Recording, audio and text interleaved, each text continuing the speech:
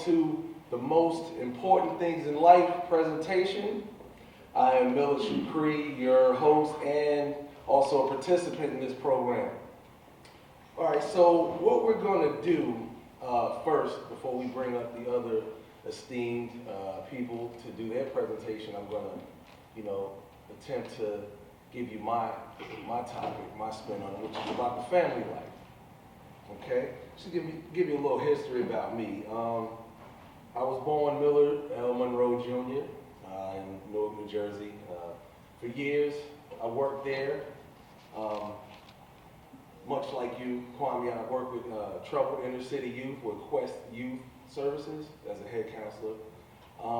Once I got more serious into Al-Islam, to studying it, I realized that names had big meaning. They either define who you are or what you aspire to be. So that's why I chose to accept kept my first name, Millard, in honor of my dad, because I'm a junior, but my middle and my last name now is Millard. My name is Millard Kwame Shukree. And Kwame means upright and loving towards others. Shukree means thankful to God. So that's what I aspire to be, somebody who's upright and loving and thankful to God. And I'm an active member of YAMA, Young Adult Muslim Association, and I've been a student of Al-Islam for over, 15 years now. So today we're going to try to delve into the family, the big picture, the macrocosm of things, all right? So, of course, you have to mention the universe. And a good friend of mine named Zaki Shabazz, I don't know if anybody you know him. Yeah. He said the prefix uni, it means one, right? And then the suffix verse, it means word. Okay? So therefore we, the creation, we live and dwell and receive sustenance in the Creator's one word. All right, so as a student of Islam, I couldn't help relate that to a surah in the Quran. Surah meaning chapter, verse, ayat 59. Surah 3, ayat 59. They call them ayats, which in Arabic means sign. You have a sign in the book, you have a sign in creation that God is constantly teaching, but we'll get to that later. All right, so in the Quran it reads, before Allah is that of Adam. He created him from dust, then said be, and he was. So y'all familiar with that, right? When God said be, then it is. Okay, so you figure, okay, on the surface, you say, okay, there's some dust. God said, okay, I'm going to pick the dust up, make Adam, boom, right? But then as I started to make the connection, what I got out of that was Adam in this sense represents the beginning of human creation, okay? Of mankind, of living beings, of male and female. We're all vessels, that are full of potential to reciprocate what was granted to them or to us by the universe, of course with the Creator's mercy, right? So in other words, we, all creation, coexist as one big family. My nerd side, I like to call this a big biosphere of, endless time and energy. Energy. That's the essence of life, and itself is based on energy. Specifically, the essence of family life is based on energy. However, you might ask, okay, he's talking about the universe, and he's talking about, okay, family life, now he's talking about energy. Okay, where's this guy going, guys? So I'm going to make the connection of how does energy and family life connect? How do they go hand in hand? I'm sure y'all learned this, little Ishmael, Nas in science class. There are two main types of energy, right? They're the textbook, there's potential energy and then there's kinetic, right? That's science 101. Everybody knows, we all know that, all right? So now, potential energy, by the Harvard definition, is due to an object's position of materials composition which can be converted to work. So basically, that's something that is living, but it's like this, right? It's still, it's potential. It's just like, okay, I'm ready to go. So then when it becomes kinetic energy, it's due to the motion of an object. So potential, kinetic. Potential, kinetic. Potential, kinetic. Now, once again, life is the constant existence of this energy. It's neither created nor destroyed, right? So it's just transferred. So life in the universe is constantly recycled. It's constantly transferred. It's constantly reciprocated. So the macrocosm, or the world providing life support, nourishment, sound morals, procreation, signs teaching to its universal family. All right, so the Creator made these signs in nature. He made this energy to draw from and to be properly utilized to help humanity continue to move forward in the most excellent and productive way.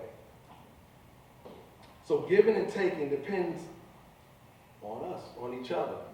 All right, so in the natural order of things, like one big family.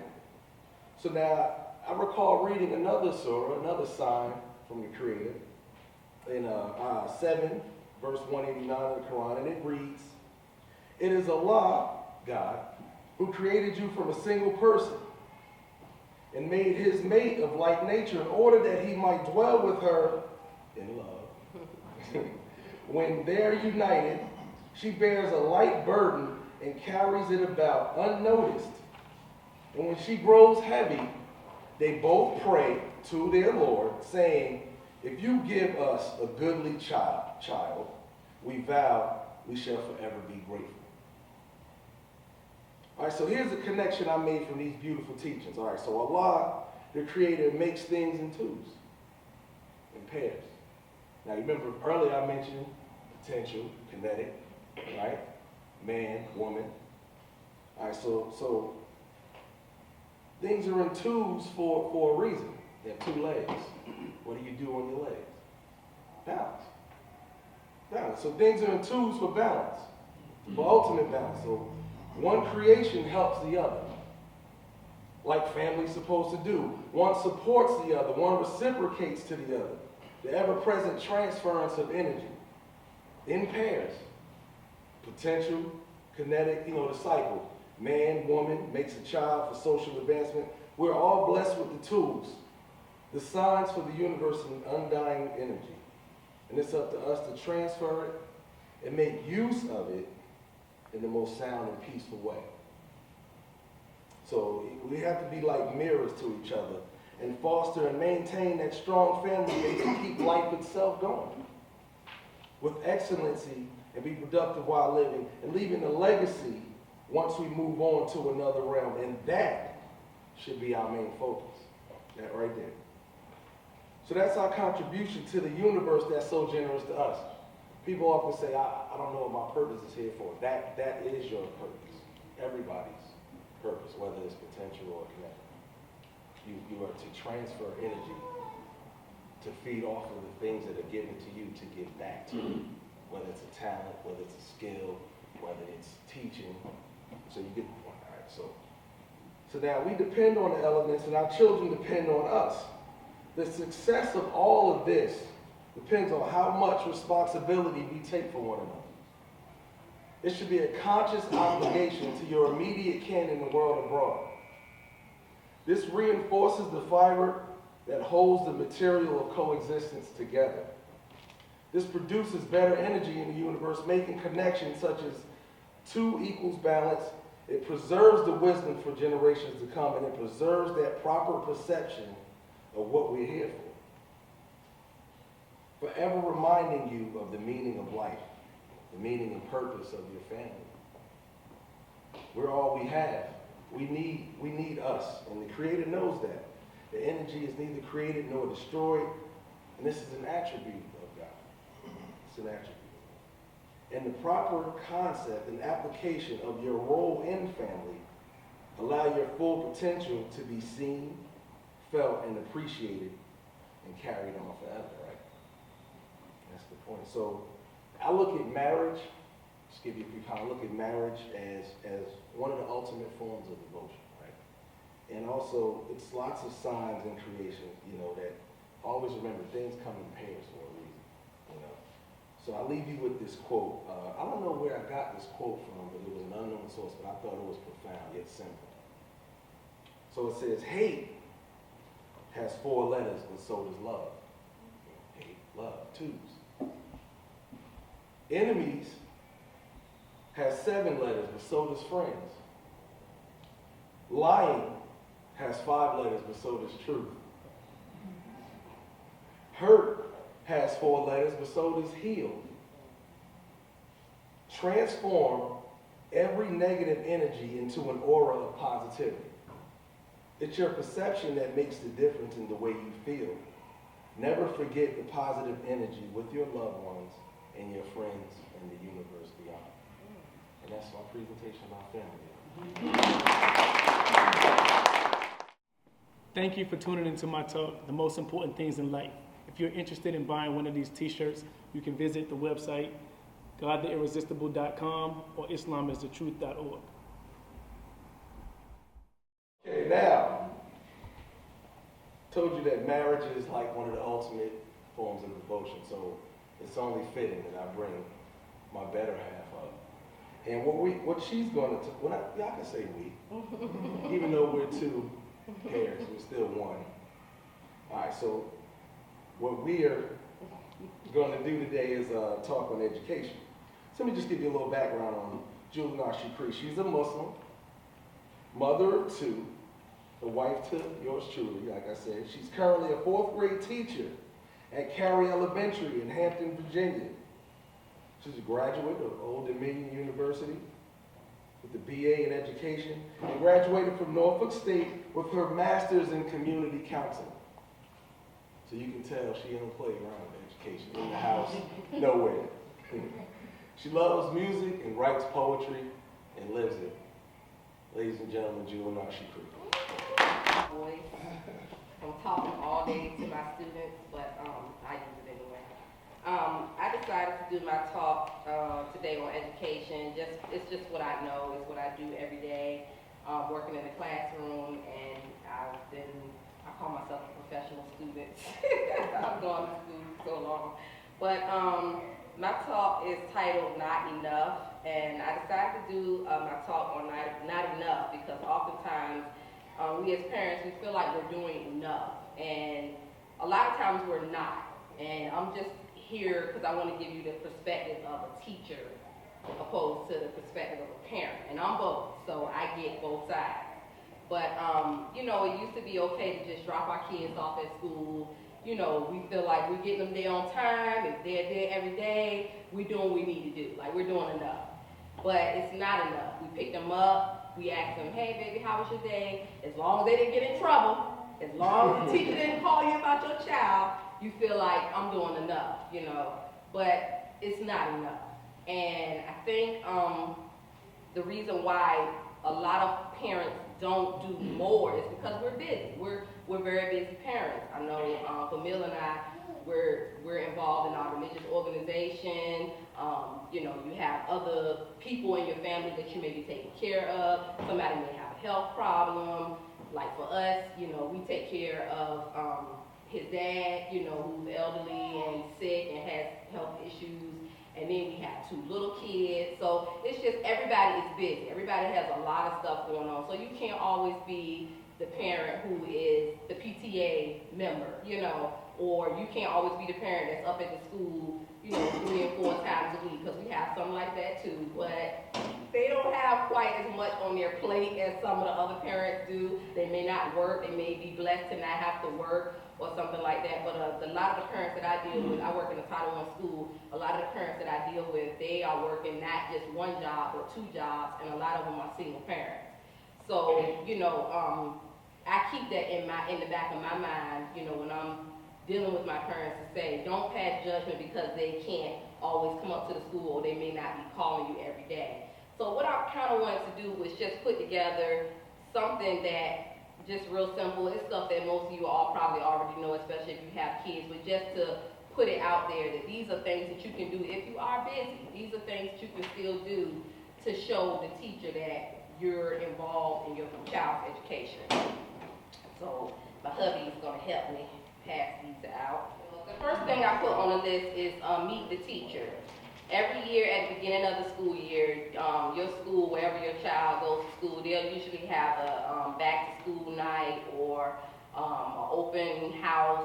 Some schools call it an open house. And to those. I'll be honest, like I didn't make it to my daughter's open house. She's in preschool and I didn't make it to her open house. But I did make it my business to meet her teacher at least within the first 2 weeks of school. Even if you can't make it to the open house, at least try to, have some type of contact with your child's teacher in the first 2 weeks of school.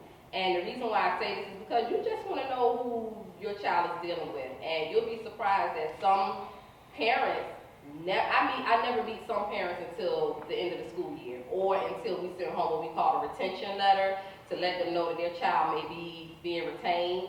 And that's pretty frustrating for the child and the teacher, and it becomes frustrating for the parent because they're feeling like, well, why didn't I know this or why didn't I know that? But it's because the contact was like minimal, And I've had parents where I reached out to them, but they don't reach back. And I've had parents that come up to the school to, eat lunch with their child, and I'm like, so-and-so, is that your mom? Is that your dad? Is that your, I've never met them before.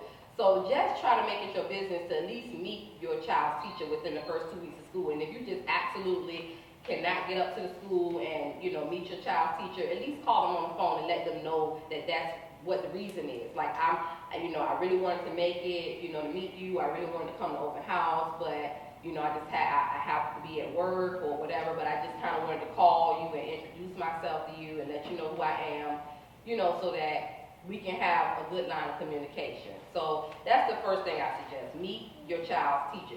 Your child is with their teacher more than they're with their own parents. So for me personally, I wouldn't want Kafi or Kaim to be with somebody more than 8 hours a day, and I don't even know who this person is. I don't even know what they look like, The next thing I put was write a note periodically to the teacher to ask if your child needs help with anything, or to ask the teacher if they need help with anything. One of the things I learned in my first year, because I came in, and I'll be honest, very, very judgmental, because I didn't have any kids yet. This was my first year teaching. I taught first grade, and I just was like, man, I can't believe this parent never comes into the school, this parent never does this. But until you have kids and you're in that situation, you don't know how difficult it is for parents to be able to be as involved as you expect them to be. And I remember my principal pulling me to the side and saying, have you ever thought about offering them to help you from home? He said, you know that a lot of our parents don't have transportation. And I was like, yeah, that's true. I had to come to grips with a lot of stuff that a lot of these kids deal with, that they're not in good economic situations. So a lot of the parents don't have cars, and it just doesn't cross your mind because you may have a car, And so I said to myself, well, you know what, I never thought about that. Like, I never tried to offer them another way that they could be helpful. And he said, some of the parents, they want to be involved, but they just can't be up at the school. And so I said to myself, well, let me start calling some of my parents. And to my surprise, I asked a few of my parents, and I had a good amount of them that would cut things out from home and send it back to school with the child. Stuff that we as the teachers need help with, we spend a lot of time doing, but we could get the parents to do it, and they want to do it because they want to feel like they're involved. And projects, these parents get really involved when it comes to projects. Like, projects are just like this big old, it's a big deal. But I realized that the reason why they got so into that is because that was something that they could do from home, to be involved.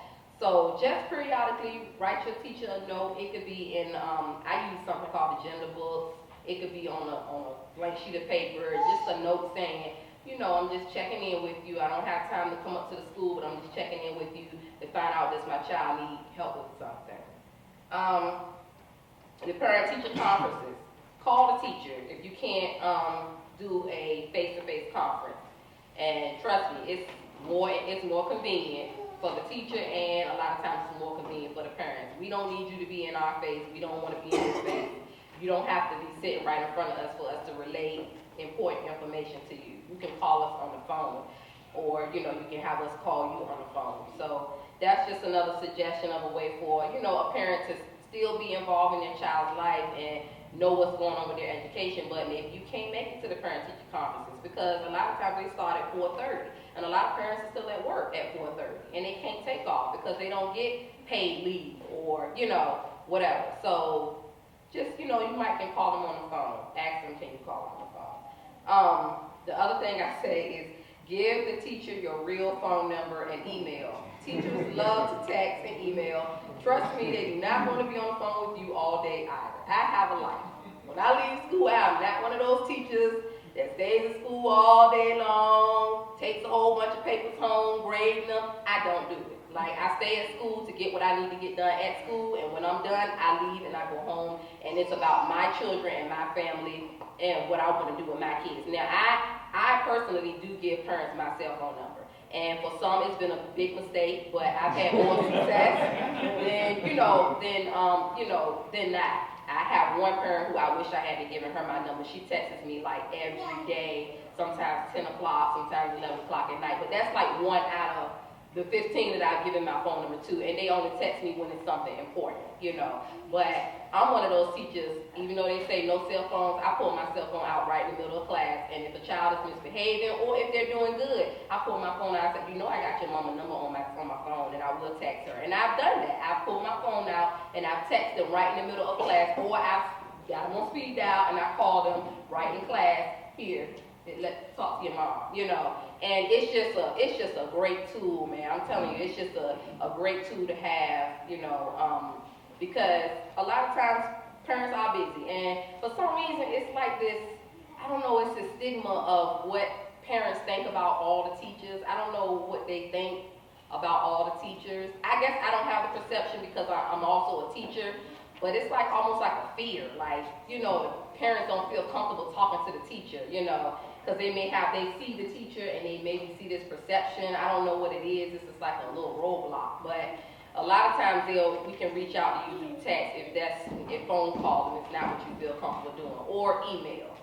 And y'all will be surprised how much I get numbers that are off. The number doesn't work anymore. And I know they got a phone because I see them when they come to the school with the cell phone. I'm like, I need that number. I need the number to that cell phone that you're on right now, So give us a real phone number, y'all. Give us a real email that you actually chat on a regular basis.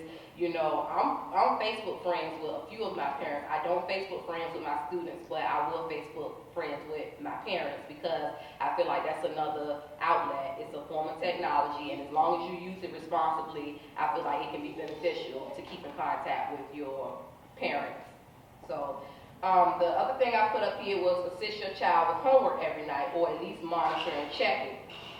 You'd be surprised how much just doing homework can help your child, in school. And I know that a lot of times parents may not be able to sit down and do homework with the child because they may not be at home, they may still be at work, and sometimes a lot of my students go home to an older sibling. They don't go home to a parent, or they go home to a grandparent, or they go home to the next door neighbor, or they don't go home at all. I got one child, she doesn't go home till 11 o'clock at night.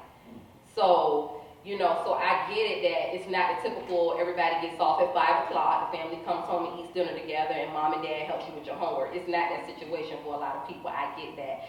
So a lot of times, especially if they're beyond first grade, they should be able to do their own homework. It should be set up where a child can do their homework independently. And if it's not, we'll have a discussion with the teacher. Like, listen, my child was sent this homework home and she can't do it by herself. And to my understanding, homework should be more independent. Like, they should be able to go home and do it by themselves. And if they're beyond first grade, they should be able to do it by themselves. But they may need you to just check over it when you get off of work or whatever, or have an older sibling check over it for them.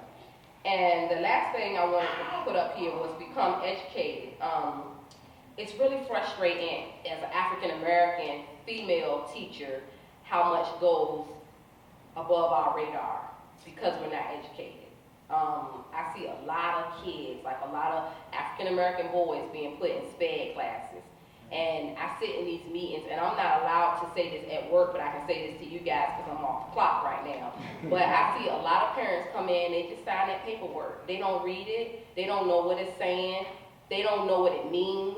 And I'm sitting there like, would you read this? Like, would you read what it's telling you that they want to do with your child? Like, did you read this letter that's sent? And they don't. They just sign it and they send it back. And then you have all these African-American boys who are being put in these SPED classes where I'm going to tell y'all right now, the education is not the same. And it's already going down in a public school. But then to put them in a SPED class, it's a lot of times, to me, it's a lot of busy work, you know, and if they don't need to be in that SPED class, I think it's a lot of other options that can take place. But if you're not an advocate for your child and you're not involved and you're not educated, then you're failing your child. You really are. So I suggest that, you know, parents really become educated, know about where your child is attending. And a lot of times you can get a lot of this information if you go to the school's website. It's something called a report card. Like every school has a report card. And if you go to the school's report card, you can see how many suspensions does the school give out every year. You know, you can get information about the principal. You can find out how many white kids go to the school compared to how many black kids go to the school. You can find out the economic ratio of the school, how many kids receive free or reduced lunch, how many don't. You know, it's so much information you can get from the report card. And I know a lot of times we don't have a choice where we send our child, but if we know about what's going on in that school, we can go guarded. We can have some kind of tools to go with. You need to know about the principal, know the principal, know what their background is, what are they like, because the principal we had last year, he wasn't into suspensions. But the principal we have this year, she'll put you out for looking at somebody wrong. You need to know that, you know, so that when your child is in the school and they're getting suspended, you can say, well, wait a minute, this is not necessarily grounds for suspension. But you'd be surprised how many times a child is suspended and they send that paperwork home to let them know you need to sign this because your child's suspended for 3 days, and the parent just signs it. You know, and a lot of times just saying to the teacher or saying to the principal, listen, I know my child misbehaved, but is it something else that we can do other than suspension? And I'm gonna tell you why I don't want to say I'm against suspension, but I'm a firm believer in putting a child out and having them miss days of school and lose education is not beneficial. And a lot of times it's not even a punishment for the child, because honestly, when kids get suspended, they get to sleep in late, they sit at home. Unless the parent is one of those parents that says like, okay, you suspended, I'm gonna make you feel the consequence of this suspension. They're sitting at home, they're watching TV, they get to sleep in late, they don't have to be at school. A lot of times they don't have to do the work. So it's not a punishment for them, it's a reward.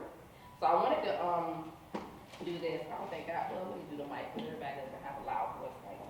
If it'll stretch over here, I don't know if it'll work. And I'm just gonna put these in a bag and I'm just gonna go around and have each person pull out one. If you could just read it out loud. You can pull out, I'll start with you. Pull out any one and just read it out loud. Did you know the federal meal program only allots $2.68 for each student's meal at school, and that must cover labor, the facility, and structural costs, and milk too? So I put that up there, y'all, because I don't think I want to ever let Coffee eat school lunch.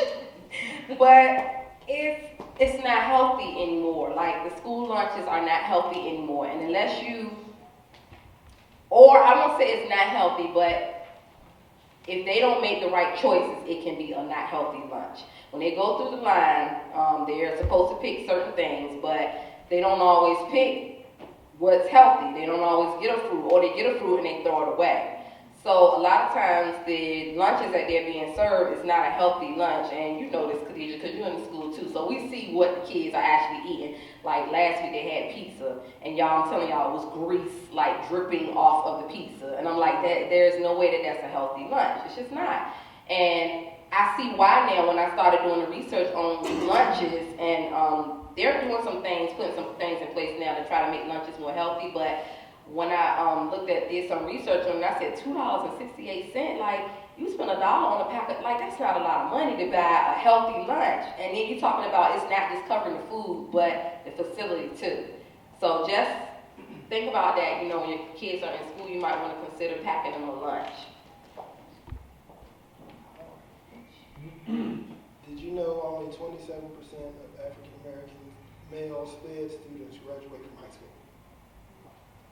I don't even need to explain it. That was what I was saying up here, like, you know, just being cautious before you just let your child become a SPED student, because the education may not be the same.